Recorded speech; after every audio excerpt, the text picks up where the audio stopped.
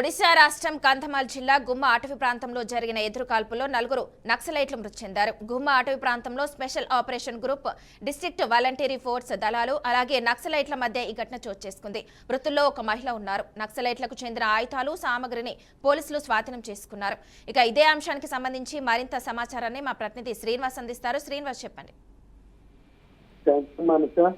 ఈరోజు ఒడిశా రాష్ట్రంలోని కంధమాల్ జిల్లా గుమ్మ అటవీ ప్రాంతంలో భద్రతా బలగాలు కూంబింగ్ చేస్తున్నటువంటి నేపథ్యంలో మావోయిస్టుల పరిస్పర్శం తోటి ఈ మావోయిస్టులు భద్రతా బలగాలను వెంటనే గురికాల్పులు జరపడంతో భద్రతా బలగాలు కూడా ఆ యొక్క ప్రాంతంలో మావోయిస్టులు కాల్పులు జరుపుతున్నటువంటి నేపథ్యాన్ని చూసుకొని వీళ్ళు కూడా భద్రతా బలగాలు కూడా కాల్పులు మొదలుపెట్టారు.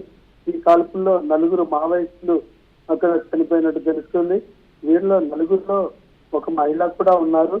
అలాగే ఈ యొక్క ఎన్కౌంటర్ ప్రాంతంలో వారికి సంబంధించినటువంటి వంట సామాగ్రి కావచ్చు, ఇతర ఆయుధాలు కావచ్చు, వారికి సంబంధించినటువంటి మావోయిస్టులకు సంబంధించినటువంటి కరపత్రాలు ఇవన్నీ కూడా స్వాధీనం చేసుకున్నాయి భద్రతా బలగాలు. Okay, thank you Srinivas.